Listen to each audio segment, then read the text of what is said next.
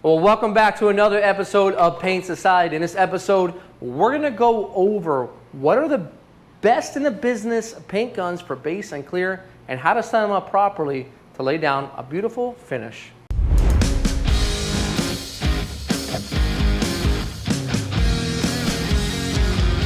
Don't overthink it, it's just paint.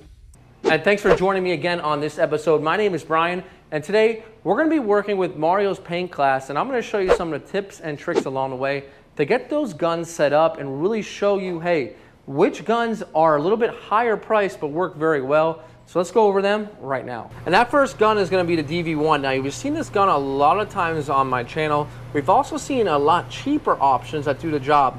What are you expecting when you buy a more expensive gun? Well, you have the longevity of a gun that works and performs well for a long period of time without having to replace, let's say, the air cap or any valves or anything like that. On this particular gun, I've been using it close to about maybe 3.5 years with no problems at all. The thing I love about this gun is it operates at a very low pressure at around 15 to 18 psi, and the regulator is built in right in here, so you don't need an air valve or anything like that or any air regulator on the bottom. You can just use it just like this and it will show the display right here. Now, there's another option as well for this particular paint gun. You can get non-digital, but it's much better in a digital version. So for this particular paint gun, like all paint guns, the best way to set it up is to back out this fluid tip all the way, pull your trigger, and then turn it in until you meet resistance with the trigger. That means it's set at wide open, and then give it about one good turn in. I'm going to give you some tips and tricks on how to spray base so you get a nice finish. Let's head into the booth. Now, you can see that this job is a pretty big job. So the way that we're going to spray it down and the way that Mario is going to spray it down is you're going to cover all of his primer spots first for the most part, and then he's going to walk the whole entire side. Now, there's two ways you can do it. You can walk it all the way through, or you can do panel by panel. Not too much of a big deal when it comes to this color, but a very high metallic, you'd probably want to walk the whole entire surface. This is when you have a really good gun and it really shows. So we're going to get started here, and I'm going to dial in really close to Mario, and he's going to show you how well the gun sprays so we can get a closer look at how well the paint's going to come out on this particular job. And we're ready to paint. Now, no matter how expensive your paint gun is, without good prep, like we see Mario did here, we will not be able to have a good finish. So even if you're using a $15 paint gun or a $700 paint gun, it's not going to matter. You can see Mario's using his tack rag, going over the surface one final time. I'm going to give you some tips and tricks along the way just to really help you out. But when you buy a paint gun that is a lot of money, you are buying it as an investment. And that's what a lot of guys don't realize. Some of us are do-it-yourselfers, and those do-it-yourselfers don't need to spend the $700. But us professionals that do this day in and day out, we need equipment that delivers every single time. So there's three main adjustments for your paint gun. That will be the air pressure, the fan, and the fluid. Those are the three adjustments that you're going to want to use to get the best finish. The other adjustments will come from spraying it, your speed, and your distance. So we're going to talk about those adjustments as we spray. Now, we're using a 1.3, and this is the B plus air cap. And what the plus means is that it can be used with water-based as well. We have 28 ounces loaded up, and we're ready to spray. So a little bit about the technique. Mario's going to hit up my primer spots first. By hitting up those primer spots first, well, we're going to get coverage. Blue is a color that does not cover very well. So we want to go ahead and cover up all of the primer. Now, you might not be able to see, but there was a lot of repairs done on its top pillar. That's primed in black. Now, we're going over the best gun. If you want to see some of the best techniques, make sure you hit up Mario's paint class, his YouTube channel. Well, he'll have a similar video, but he'll be describing a little bit more about the technique side and why it's so important. You can see how well that the gun atomizes the paint. That's so important. So by having a gun that atomizes the paint very well, you don't have to worry so much about this edge being dry. It's going to atomize it and it's going to land smoother because the droplet is finer. By having a finer droplet, you have a smoother finish and you don't have a halo. Now this is going to be a little bit more common of a problem on your silvers. The bigger the droplet at the edge of the blend, the darker it will fall and the more you'll see that blend out in the sun. We have all of the primer spots hit up. So what we'll do now is we'll allow this to flash. You want to allow science to do what it needs. And what it needs to do is dry before the next coat. So you can put the next coat on, it will cover much better. And that's after 10 minutes of flash time. We take our finger here, it's completely smooth, right? Now, these areas, technically, they don't need paint, but there's no purpose in doing just a spot here, a spot here, a spot here, when we have the whole entire side to paint. So what Mario will do is he'll put down, probably do about 1.5 coats, and then give this a nice finish. Now moving on to that second coat, I told you guys there's 3 main adjustments on the paint gun. Well, what you're gonna find more even so is the adjustments you're gonna do with your speed and your distance. We're in around 5 to 6 inches here.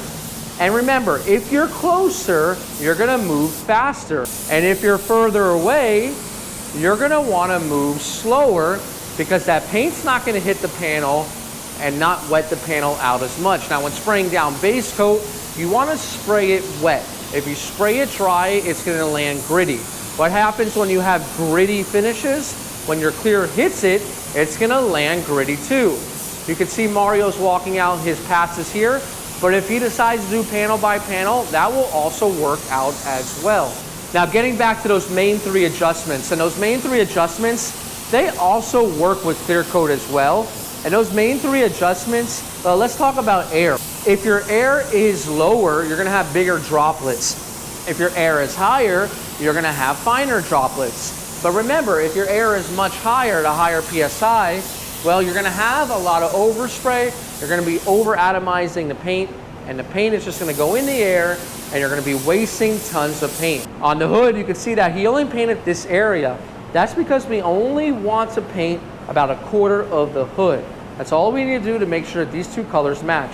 The rest of this finish has been sanded with a P600, and we're just gonna put clear coat on top of it. That's gonna do it for our base coat filming. The second coat will be just the same as this coat. What I'll do now is I'll go ahead and I'll show you it once it's ready for clear coat. Now as we wait for that base coat to dry, let's talk about one of the best clear coat guns. Now there's many great clear coat guns and there's many best clear coat guns. This is just one of them amongst many in the game. This is a WS400. Now a lot of people don't like this gun as much because it has such a big fan, all right? And it's a little bit hard to dial in, but once you dial it in, wow, what a phenomenal finish you will get out of this paint gun. So for this particular paint gun for the fan, I like to dial it all the way out to the left and then dial it in 3 turns, and that will give you a nice pattern, a nice fan pattern. Again, for our fluid, we're gonna keep it wide open, so we'll dial it all the way out. We'll hold our trigger and then dial it in until it stops. And this gun is right where we want it. Now we're gonna talk about the clear coat settings in the paint gun as far as movement and speed, but you're gonna wanna spray this gun at the PSI around 26 to 28 PSI. And remember, always move in increments of 2 or 3 when adjusting your pressure. Moving into our paint booth, you can see our paint is finished flashing and it's ready for the clear coat. You can see all of our panels have base coat all the way up to the edges, and there's just a little bit of a blend here at the top so our paint matches our quarter panel. We are spraying a solvent-based paint, so a little bit of heat in the paint booth gets this paint ready to spray for clear coat in about 10 minutes. Let's go ahead and let's start applying our clear coat finish. Now, one of the biggest difference you'll see between those cheaper guns, even though they work well, and the bigger guns, is the bigger guns, they're gonna be able to cover a larger area and atomize a little bit better. With the cheaper guns, they might not atomize as well, although they do get the job done. They might take a little bit longer to keep it all nice and wet. Well, if you have a gun that's not atomizing well, it's a little bit harder to keep the whole entire panel wet. And what I mean by that is keeping your passes nice and even and wetting out the panel, because if you have to go back and spot in some clear, that clear that you sprayed maybe 1 or 2 minutes prior is already starting to kick, and it's going to be very hard to put clear in that area only if it's dry. You might end up having to wait another 5-10 minutes and put a whole new coat on. So keep in mind, that's one of the biggest differences is with a newer, bigger gun that's a little bit more expensive, it's going to be able to cover larger areas and wet out the panel. So Mario is ready to knock it down. He's got a big job right here. We're going to get close in action and watch him put down a beautiful coat of clear and give you some tips and tricks along the way. And before we get started, guys, one of the most important things and most overlooked adjustment is that right there. That stays all the way out. So Mario, wind it in. If yours is wound in, you are cutting the pressure. You do not want that. So you're going to wind it all the way out and then read the pressure on the gauge. That will be your starting point for adjusting. So make sure that it's all the way out consistently each and every time. So when you're first spraying clear, guys, on your first coat, do not expect beautiful results. Just worry about getting the paint on the panel. You know, the meat of the fan is going to be that 5 to 6 inch area of the fan, and you're going to want to keep your overpasses in and around. For clear coat, I would say 75 to 80% overlap. On your first coat of clear, do not move too slow. If you're moving slow, you might run it, because what's happening is that base coat, it has no properties in it that is going to make it sticky or adhesive like the first coat after it dries. So after this first coat dries, what's going to happen is it's going to become like glue. So we're basically putting down the glue, but what does that mean? I don't want you to spray this completely dry. And always remember, guys, that we're gonna allow that first coat to really dry up. Let it tack up 10 to 15 minutes. No matter how expensive your paint gun, if you do not follow what we call the technical data sheet. Technical data sheets are available online for each and every product that they make. It's gonna show you what fluid tip size to use. It's gonna show you what air pressure is preferred. It's going to show you flash times, how long, all that good stuff. And you want to make sure that you're following that direction. There's a lot of elements in paint that can go wrong. Make sure you guys really follow the ones that you can control. Control all the factors. You can see the finish is absolutely stunning here. And Mario is just moving along, and he's going panel by panel, but he's making sure he moves past his gaps. Once again, no expensive gun in the world will ever give you a beautiful finish without some basic knowledge of how to set it up. Now, when it comes across for hoods, they're going to be a little bit different than your regular panels. When you're working with a hood, you're going to want to make sure you lay it down, I would say at least 85 to 90% overlap. By doing that, you're going to be able to flood it a little bit more than usual, because this panel is going to show if there's orange peel. If there's a lot of orange peel in your finish, what's going to end up happening is you're going to have a lot of wet sanding and buffing. So Mario here is following about an 85% to 90% overlap. And keep in mind that there's no right or wrong way to do it. It's going to be personal preference, and it's going to be what works for you. But we can see, obviously, it's working very well. And after about 10 to 15 minutes, we're ready for the second coat. Now we lay down the second coat. As I tell you in many videos, you can take your time with it. Slow it down if you need to. Mario's spraying at a little bit of a faster pace, but if you need to really lay it on, this is the time. But there's a fine line. You still don't want to put on too much material, because that can really get you into some issues like solvent pop or maybe even runs. Now, how many of you can spray with your left and your right hand? I definitely can't, but Mario can, and it's a good feature to have, to be able to spray a car with both hands. For me, it's just my dominant hand, which is my right. But whatever you do, get good at it. Get good at your technique and your procedures. You know, in anything that we teach or show you, it is just an opinion and what works best for us. So use it as a guide and do what works for you. If you want to take our teachings and take it a step further and it works a little bit better, that's fine. There's no technical right or wrong way to do it. Your technique is going to vary from person to person. So as we lay on this second coat, you can see how we're staying away from those door gaps and the door handles, because those are areas where paint likes to bunch up and it has nowhere to go. So what it will do is it'll bunch up on the ends, and it will want to just run down those areas. And we know, we've all been there before.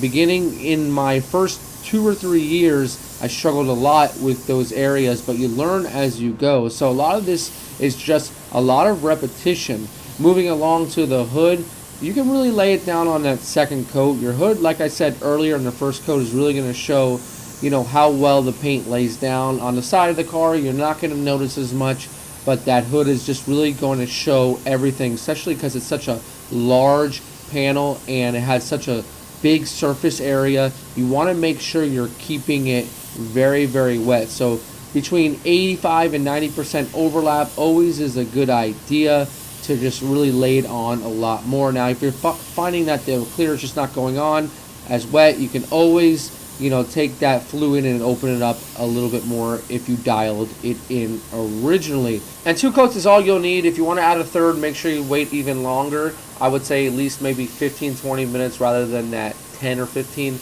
that will really help you out. But I would suggest only really 2 coats. Well, that's going to wrap things up for this one. You can see how beautiful it looks. Now, no matter how cheap or expensive the paint gun is or how good the paint gun is, it really comes down to the painter. So make sure you follow Mario at Mario's Paint Class. You'll see a lot of great videos, a different perspective, which is always good when you're learning. We'll go ahead and get this thing all wrapped up. And guys, this is Brian and Mario reminding you, don't overthink it. It's just paint. I'll see you guys on the next one.